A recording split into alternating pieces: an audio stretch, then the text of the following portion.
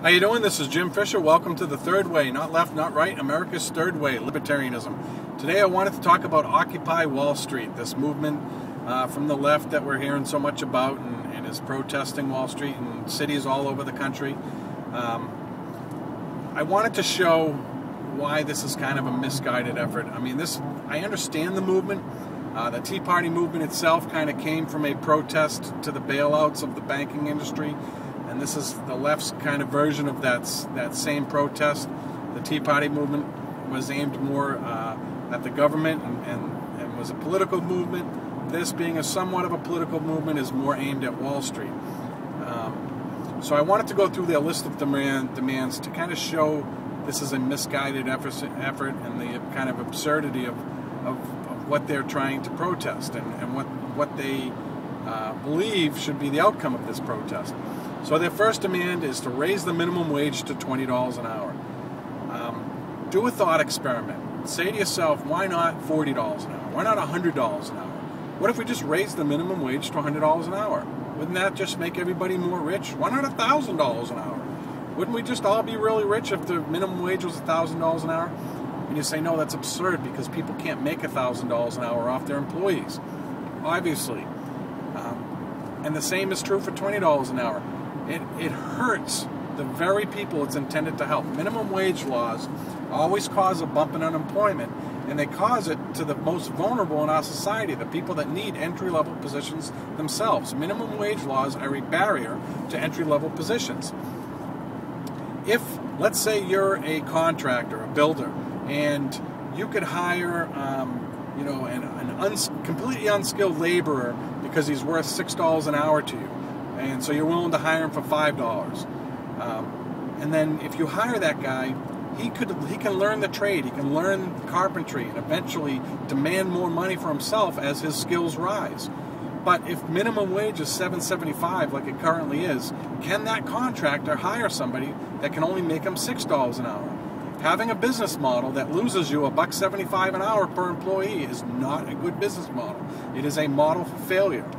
And so it can't be done. So if that employee is only worth $6 an hour to you and you want to hire him for $5, a minimum wage of $7.75, what happens? Does the job get eliminated, or does the guy hire him at a loss for $1.75 an hour? The answer is obvious. You can't change economics. You can't change math. 1 + 1 = 2. Minimum wage hurts the most vulnerable of our society, the people that are trying to get entry-level positions. Those are the people most hurt by minimum wage laws. Raise that to $20 an hour and you will completely decimate the American economy. Probably a third of all jobs in America don't make their employers $20 an hour. All those jobs will be eliminated, or the employers will have to find more skilled employees that can make them over $20 an hour, or they won't hire at all. So it's just absurd. Free college education. So here you have a movement protesting the plundering of Wall Street. And yet, as a demand, they want to plunder other people themselves. I mean, what do you mean by free? Are the costs going to magically just go away? Or are you saying, I want somebody else to pay for it? You're obviously saying the latter, because the costs don't magically go away because you want something for free. So what you're saying is, I don't want Wall Street to plunder, I want to plunder myself. That's my demand here. So I'm protesting until I get it. Their next demand is a guaranteed living wage, regardless of employment. So, if you're a poet or an artist or a literature graduate and your wage is too low, it's only too low for one of two reasons. In a free market economy, there's only two things that make your wages low. That is a lack of demand from other people for what you are doing, or too many people are doing the same thing. So it's too much supply or too little demand. It's just that simple. It's math. It's economics. 1 + 1 = 2. You can't change that. So wages are prices just like anything else, and prices send signals to the economy.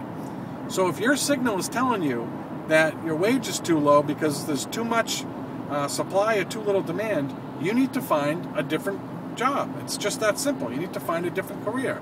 There is too many people working in your career or too little demand. It's one of those two things, or a combination of both. It's just economics. To say I want to have guaranteed living wage regardless of what I do, Well, guess what? I want to be an artist then.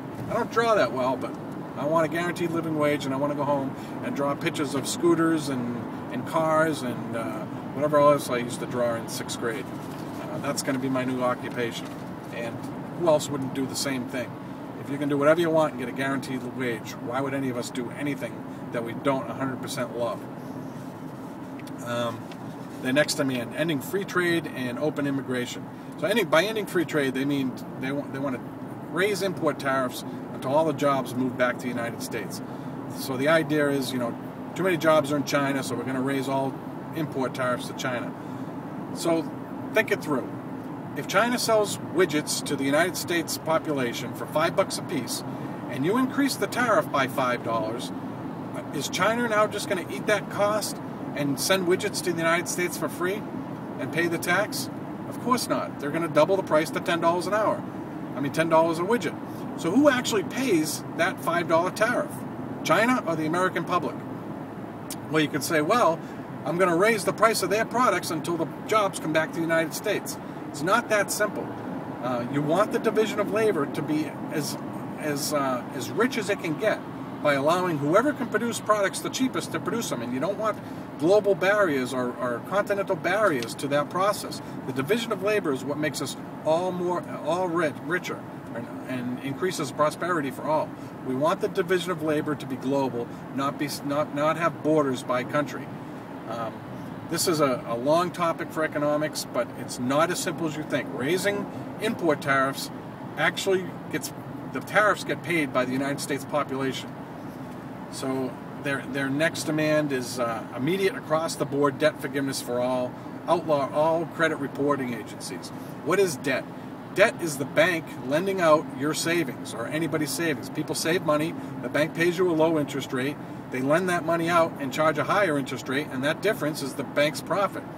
It's not quite that simple because we have a fractional reserve banking system, so it's a little more complex than that.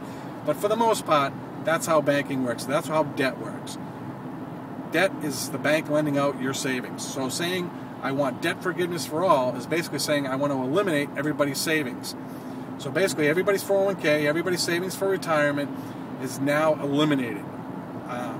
I'm not sure if they thought that through enough to even get that far to realize what that actually means. You're rewarding the risk takers, you're rewarding debtors, and you're punishing savers, the people that put their money away. Is that really the system we want?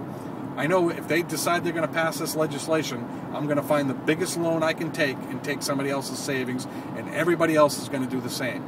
So we're basically going to rob anybody that has savings. So it's just absurd. They think they're going to hurt Wall Street by doing this. No, you're not hurting Wall Street.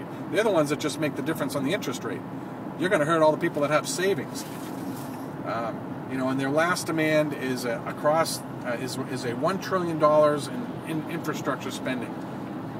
At $14 trillion in debt, borrowing more more of our future's economy for today is just absurd. That's all you're doing when you're spending money you don't have, is you're saying I'm taking, tomorrow's economy and I'm spending it today. That's what you're doing. That's not economic prosperity for anybody. It's just stealing from the future. It's stealing from taxpayers of the future, mainly our children. That is not an answer for anything. Government spending or stimulus or whatever you want to call it is just spending the future economy. It's putting people in the future in debt. And that is not the way out of this mess. So that's kind of my summary of the Occupy Wall Street demands. I understand this movement, but these people need to direct it at the government. Wall Street is not the problem here.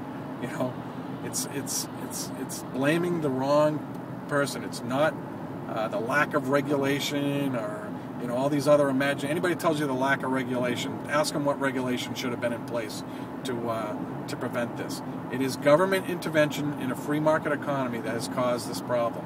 It is mostly root cause to the Fed printing money. There's a lot of reasons. There's regulation, this crony capitalism, or I like to call it European-style mercantile that's causing the problem. It's got nothing to do with Wall Street deregulation or anything like that. Jim Fisher signing off for the Third Way, not left, not right, America's Third Way, libertarianism.